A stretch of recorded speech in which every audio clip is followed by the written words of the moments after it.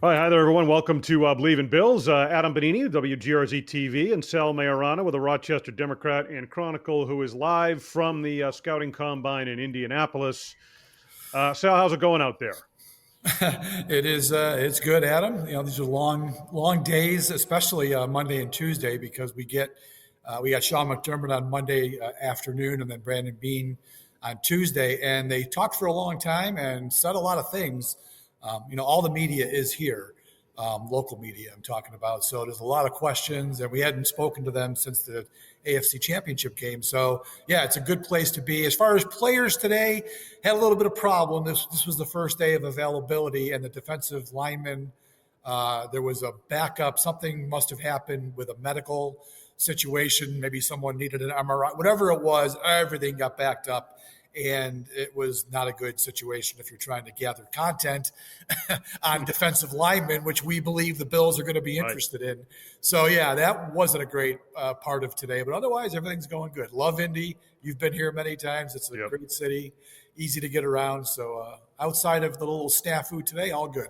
Yeah, the way they have that whole thing set up with Lucas Oil and the convention center, I mean, it's just sort of ideal for an event like this, which has grown so much and it's the first real big event of the NFL offseason. Oh, yeah. I mean, I remember coming here.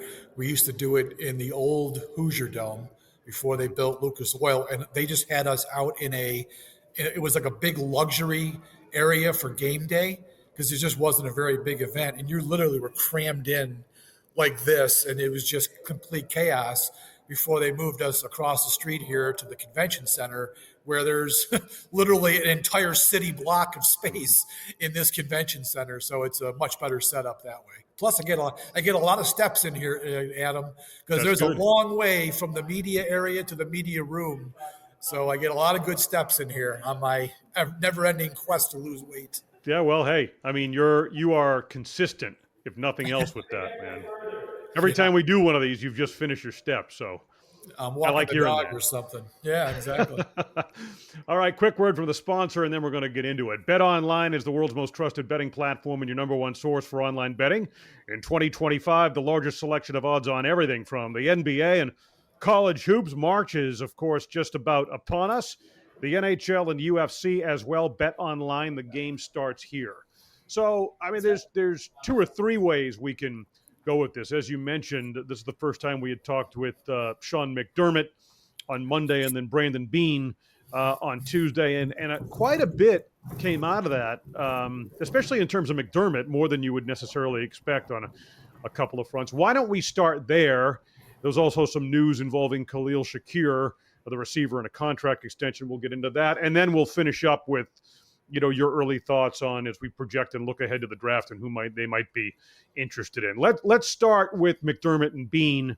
What stood out to you most from those press conferences?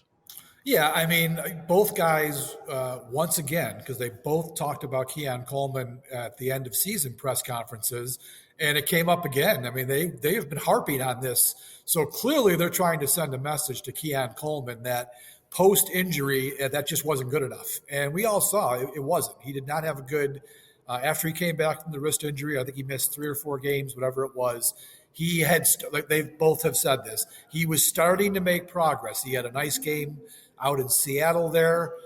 He had played well against the Titans, I think, a couple weeks before. You could see him starting to maybe get the light turned on. And then he got hurt, and when he came back, the light was turned off, man. Yeah. He just did not give them much of anything. And, he's the first pick of the second round of that draft last year. And you need a guy to be productive in that spot. The Bills have had some trouble, as you and I both know, with their high draft picks not really living up to that status. And they clearly are sending a message to Keon Coleman that, look, you better have a really good offseason, and we need you to be a whole lot better than you were in the second half of the season. So that struck really all of us here. We all talked about that after, like, man, they're really getting out. They rarely get out a guy like that. And then they soft touch it too with, talking about how he's only 21 years old and we're not going to kill him right now and let's give him some room to breathe. But they're the ones that are bringing the pressure, right? So that was interesting, I thought. There's no question about it. That was, that it's coming down Monday. We got Sports Talk Live on Channel 2. and that's late in the day by the time McDermott, he was delayed coming out of the competition committee meeting that he was involved in. And, that made it high into the rundown. I mean, my ears shot straight up when he was asked about Coleman, and he kind of went there. And what struck me about it was, he needs to learn how difficult the game is at the National Football League level, and terms like needs to constantly keep the foot on the gas, that sort of a thing. A very clear message that Coleman himself needs to raise the bar. And they very clearly set the level of expectation for this offseason and looking toward next year. Yeah, I mean, look, they need him to become a key contributor next year. Now we'll talk about the Shakir extension. They've got him in place, and he's a fine player. I mean, I think that was a smart move to extend him. But Keon Coleman has got to step up next year and be a more productive player. And I think because they may not be sure about him based on what they've been saying, and the likelihood that Amari Cooper's not coming back, I don't think, and maybe not Matt Collins, they need to add to that wide receiver room. So even more, they need Coleman to step up. They don't need to be replacing 3 guys. Right now, they might be replacing 2 guys. So I think that's really kind of a key thing. The Shakir extension, it's the first one of the 5 that we've been highlighting as, things that we wonder what they're going to do. I think in our last show, we kind of ranked who they should have done. And I had Benford first on that list, but I guess the Shakir extension was probably a little bit easier to do than a Benford extension, because Benford could end up he could cost them over $20 million a year. So I think that's going to take a little more time, assuming they do it, which I think they will. I think the Shakir one, 5th round draft pick. They're not breaking the bank. $15 million is a hell of a nice deal, but that's still not in that, Jamar Chase is asking $30 million a year type of thing. So I think it was a good one for Beane to get off, jump off deck there and get it started. And now we'll see who's next. I'll be curious to see which next guy gets an extension here. Yeah, I mean, Benford, we both agreed should be at the top of that list because of they have a need at corner anyway, and you got to lock down the one that you've got, and it projected upwards of $22 million based on market value and his level of play. So you're right, that is complicated. And I had referenced that I thought, based on value and someone who is likely to elevate their game and play such an important role, I thought Terrell Bernard was one they might try and get done as well. And Beane took his foot off the gas a little bit in terms of, giving himself, they'll let these run into the summer, he said. They don't necessarily have to do it by the start of the league year. And they are getting a little bit of help in terms of the salary cap. Before we move on, I want to go back to, Keon Coleman was the main focus of the remarks from Sean McDermott. But Dalton Kincaid, in terms of recent high draft picks, McDermott picked right up on the narrative that came out of the postseason news conference about his need to get, stronger and more durable. I mean, he stayed right on that point and emphasized the need for that. Yeah, he did. And then Beane came back the next day and really hammered home the point that Kincaid had to put up with a lot of stuff last year, injury-wise. So it was interesting. Sean says he needs to get stronger and more durable. And then Beane kind of came back with, well, that's true, but he also performed as well as can be expected based on what he was going through with the knee injury. There may have been a second injury, too. I'm still confused a little bit on we know he hurt his knee against the Colts. That's why he missed whatever it was, 3 or 4 games. But I think there was something else, too. And I don't know, unless you heard it somewhere in all that talk, there might have been a second injury as well. So they were both on the side of, people should stop worrying so much about Dalton Kincaid. They think he's going to be a very good player for them. And this happened to be a year where he was really hampered by injuries. So we'll see. Now, one of the interesting things that's come up here, Adam, is that, again, Sean talking about Kincaid having to play stronger, get stronger, be more durable. Eric Ciano is no longer the strength and conditioning coach. He has moved on. I'm not sure if he was fired or he left for the opportunity in Jacksonville. McDermott really didn't confirm that. He just wished him well and said, we love him and his family, but I don't know what happened there. And then just today, I don't know if you saw, the NFLPA's annual report cards came out. And they've been doing this 3 years in a row. And they asked the players from last year's team, there's like 11 categories, and it's all about, isn't wins and losses. It's all about their lives as players in the building. And the two worst grades that the Bills players gave the organization, team travel was F-, the worst in the league. They absolutely hate the plane, the travel situation. But the second worst grade was strength and conditioning. Interesting. So it's very interesting that Ciano's no longer there. They're making points about how Kincaid needs to be stronger, and even Keon Coleman not coming back from that injury the way he should have. So maybe the Bills are addressing that strength and conditioning situation. We'll see. I mean, it's going to be very interesting how it moves forward if they make improvements in there, because clearly last year the players on that team were not happy with whatever was going on. They also gave them kind of meh grades on like dietitian, nutritionist. It was pretty interesting to look at the grades and how the Bills ranked. I'll give you the overall grade. The overall grade of the 11 categories, the Bills finished 23rd out of the 32 teams. Last year, the Bills finished 11th in the overall grade. So there's been a drop, and it really has to do a lot with, I think, the strength and conditioning and that part of the organization.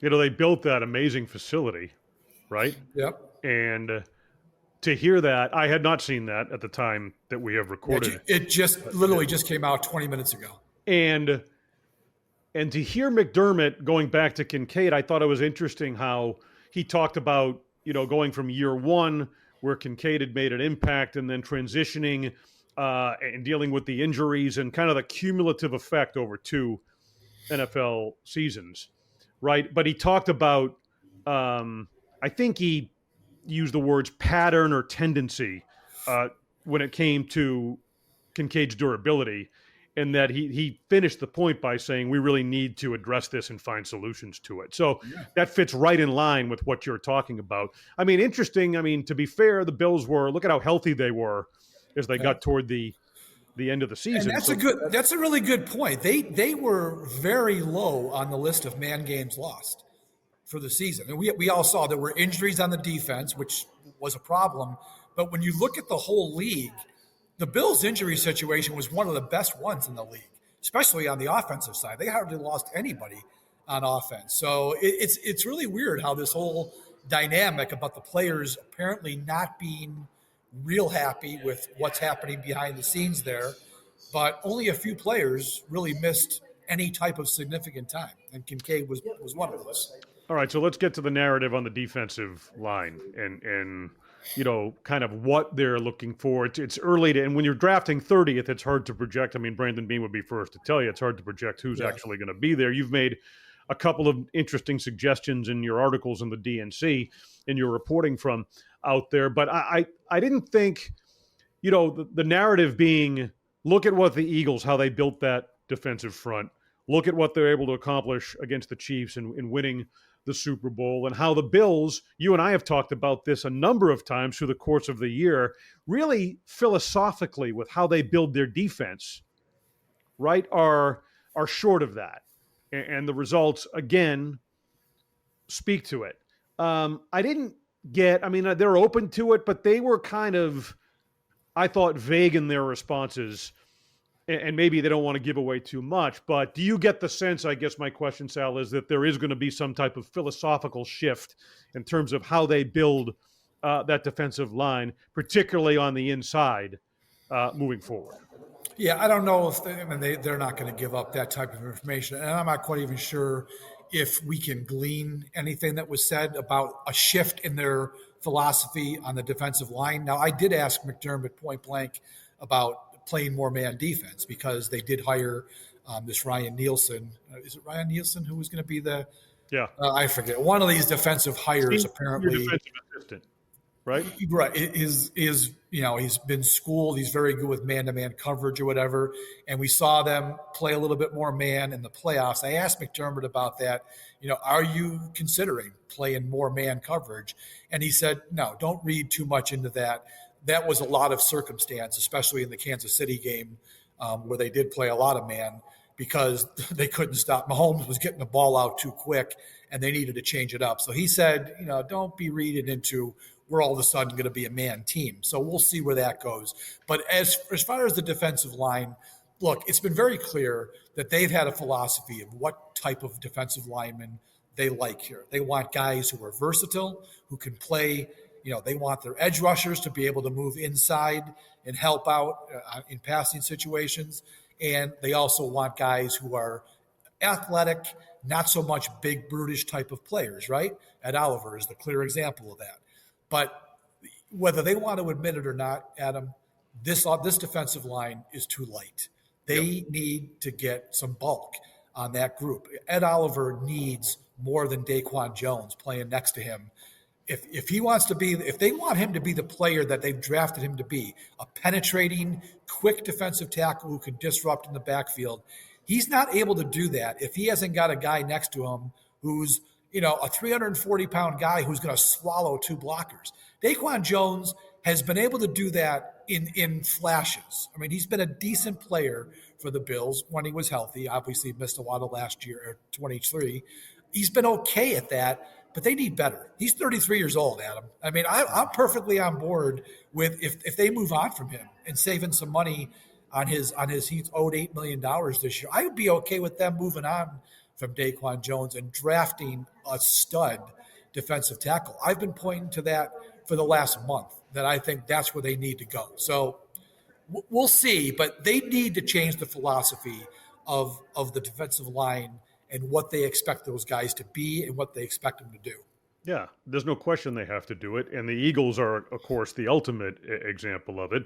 And this is something they've tried to address for years now, as we've said, since the first AFC Championship loss to the Kansas City Chiefs, and they've still fallen short in that particular area. And now, obviously, the need to upgrade the pass rush, and also with teams, reverting back to the run here, quality teams running the football more. There's been a little bit of a philosophical shift offensively in the NFL to that. I mean, you need that girth to deal with all of those issues. So I would expect them to address it early in the draft this year. Who are, again, drafting 30th, it's hard, but who are some of the guys maybe that the defensive players will be on the field on Thursday in Indy? Who are you kind of looking at out there as possibilities at 30 for Buffalo? Well, the one guy who stands out who might get to them, and it might not happen, is the kid from Michigan, Kenneth Grant. Now, his teammate Mason Graham is the stud. He's probably going to go. He's at least a top 10 pick, maybe a top 6 or 7. So Grant is going to be somewhere, we think. I've seen him mocked everywhere from, say, 14th all the way down to 30th. So it's going to be a crapshoot to find out where he lands. And then you wonder, okay, wait a minute. So Mason Graham, we know he was great at Michigan. Is that why Grant was also a very good player? They played right next to each other. So you wonder what's what there. But Grant looks the part to me. I mean, he was one of the guys that did make it out for the media session today, and he looks the part. He's got the size. I think he goes, I want to say he's in that 325 range. Seems like a pretty good athlete when you watch him on tape. So he's a guy that I've been thinking about. But again, that might take a trade up. He might actually go higher than 30th. Yeah. The guy that I am looking at is a kid named Deion Walker out of Kentucky. And he wouldn't be a first-round pick. He'd be a guy that you would hope to get with, they've got the picks 56 and 62 in the second round. And he might be in that range. 345 pounds, Adam. He is known at Kentucky as a run-stuffing player, just a man-eater. He was all SEC, I think, twice, which is the SEC. That's what, it's the best of the best. So that's the kind of guy that I think they should be looking at. And if he's there at one of those picks in the second round, I think that's a place the Bills should go. And you think back to last year, Tavondre Sweat out of Texas. was sitting right there. He ended up going to the Titans, I think, at like 38. So the Bills took Keon Coleman at 33 with their first pick of the draft. And I remember with Sweat, there was there was a DUI, I think, that came out on him from a few years earlier. And there was that one little black, that red flag that you wondered about. And I don't know if that influenced the Bills in any way, but you look back on that draft, how good would Tavondre Sweat have looked in this defense? And I see that same player when I see Deion Walker of Kentucky. So all right, maybe that's a play. Maybe they go wide receiver or edge rusher in the first round if somebody's there, and then get the tackle in the second round. But we both know in those first two rounds, they need to get at least one defensive lineman, and they have 3 picks. Maybe they get 2 defensive linemen. Yeah, right. That fit that description. Size. Yeah, size. 310, 320. In the case you're pointing out, 3'4", but you want size. They got to get heavier up front. That's absolutely. I would imagine if they pick 2 defensive linemen, they're going to take a tackle, and they're probably going to have to take an edge rusher. Right. Because we would assume, although they keep talking around this Von Miller issue, like they keep making it sound like, he might take a pay cut again and we'd be happy to have him back. I really hope that's not going to be the case. I think it is time to cut the cord and move on. And if they do that, they are going to need an edge rusher. And we all know those are very expensive in free agency. So that's probably going to have to come for the draft. So with those 3 picks in the first 2 rounds, they might have to take, if they go 2 D linemen, I think edge rusher would have to be 1. But priority number 1 for me is a big defensive tackle. All right. I was going to ask you about Miller, but you pretty much addressed that. And he could be a post-June 1, right? See, now that I wouldn't do. If I'm the Bills, Adam, and if they want to be smart about this, I know you would get more savings, okay? But you would have to push the dead cap into 2026. And to me, I think the Bills should just – and then you don't get that money either until post-June 1. So you can't use that money – whatever it is, $8.3 million, I think it is. You can't use it when free agency starts. You've got to wait till June 1. If I'm the Bills, I would just cut them, get the savings, and you can use it in free agency right away. And then your dead cap, I know it's $15 million. It sucks, but you knew you were going to pay that bill at some point. Just get it off the books this year because they're in a relatively decent spot. I mean, they're still over, obviously, but they're way better off than they were last year. He won't have to do quite as many moves to get them in a spot where they can spend some money. Just eat it. If you're going to cut them, just eat it this year and be done with it. That's my philosophy. All right, just 2 other quick points before we wrap it up here, things that kind of stood out to me. And this comes as no surprise, but it certainly doesn't sound like James Cook is going to get $15 million a year. I asked Beane in the scrum with the local guys yesterday. I asked him. I said something like, "Well, so we saw that Cook, asked for 15, which is something," and he laughed at me because he knew, he probably was thinking the same thing, but he couldn't say it. Like 15 million's absurd. Kid's not getting that. But go ahead, finish your point. All right, so there was that. And then I thought it was the first time that Sean McDermott had addressed the firing of special teams coordinator Matthew Smiley. And they bring on Chris Tabor into that role. And I thought it was interesting, his overall statement about the need for coaches with veteran experience and the value that McDermott is placing upon that at this stage of the game as he looks to kind of tweak and bring that into his coaching staff. I thought that stood out. Yeah, absolutely. Matthew Smiley, look, I mean, they tried it. They gave him 3 years. The first year wasn't bad, but their special teams just have not been good the last 2 years. And, Chris Tabor was out of the league last year. He had gotten fired in Carolina after 23. He was on Frank Reich's staff. So he was out of the league last year, but a lot of experience as a special teams coordinator. And, the world's kind of aligned there where he's available. And Sean admitted he didn't really have a previous relationship with him, but he said, you get to know when you hear about coaches who've been around as long as Tabor. Tabor's been in the league for, it's like 15, 16 years, all in special teams. So that's a guy that's available. Go get him. It's a place where you think you can improve. And who knows? We'll see. but it feels to me like the Bills did upgrade in that coaching spot, and they needed an upgrade from Matthew Smiley. Long established track record of success, a lot of top 10 rankings and that sort of a thing, given Tabor's tenure in the National Football League. All right, that covers most of it. What have you got coming up in the Rochester Democrat and Chronicle that fans can click on and check out? Yeah, I'm just doing combine stories pretty much. I've got one coming out on receivers.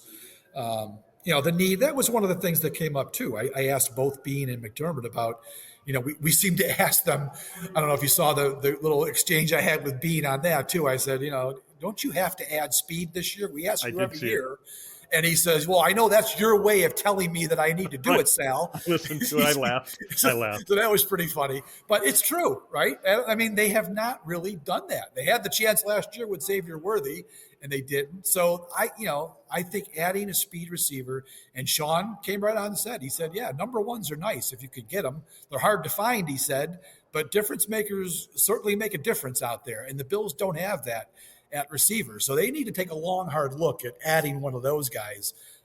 So I wrote a story about that and it's possible. I mean, if the defensive line situation doesn't play out on their board, they may turn to receiver and then worry about the D-line. Because it's actually, from what we're told by these draft experts, D-line, both tackle and edge, it's a pretty good class. It's pretty deep. I think Daniel Jeremiah said he had 24. 24. You pointed it out in one of your articles. Yeah. As opposed to like 12 the year before. NFL 24 guys who could start as rookies as far as his grades. So I think they'll be able to address D-line if they have to wait into the second or third round. So maybe receiver, it's not a great year for receivers. Maybe they address that in the first round. And if they do, you would hope it's a guy who can get deep and separate. That would be very helpful in this Bills receiving corps because they haven't got that guy. Right. That's the dimension they tried to add with an Amari Cooper, who clearly did not bring statistically what they had hoped for. They need to address that in the draft. Young, speed, stretch the defense type player. It was obvious that it was really lacking in terms of as productive as they were offensively. That dimension just was something they really need to add. And that was what Beane said. That was one of the first points he made when I asked him about that after he, busted my balls a little bit. He said, look, we average 30 points a game. So it's like, he said, did we lose the Super Bowl because we lack speed at receiver? No. And he's right. They didn't not to get to the Super Bowl and lose the Super Bowl because of the lack of speed. They did average 30 points a game and set a franchise record for scoring. But we all know this offense could function even better if they had a speed element where a defense has to take notice of that guy. Imagine how much better Khalil Shakir and maybe Keon Coleman could be if there was a real threat, taking two guys deep out of the chaos in the middle of the field, how much more room those guys would have to operate. It's a big deal for the Bills to find that guy this year. Yeah, when you got a quarterback with an arm like Josh Allen, who brings so much to the table, including, you're how do you not maximize that talent, that aspect of what Allen brings? Many talents that he has, but that's one of them, and offer him a weapon like that. Draft it, incorporate it, and build with it moving forward. All right, Sal, great to talk to you out there. Hope everything goes well for you. Sal Maiorana, coverage in the Rochester Democrat and Chronicle from the 2025 Scouting Combine out in Indianapolis. And we will again continue our coverage, WGRZ Sports Talk Live, Buffalo, every Monday night, 7 o'clock. Our sports director, John Scott, is there. Vic Carucci joins as well. So for Sal Maiorana in Indy, I am Adam Benigni in Buffalo. Thank you for being with us here on Believe in Bills.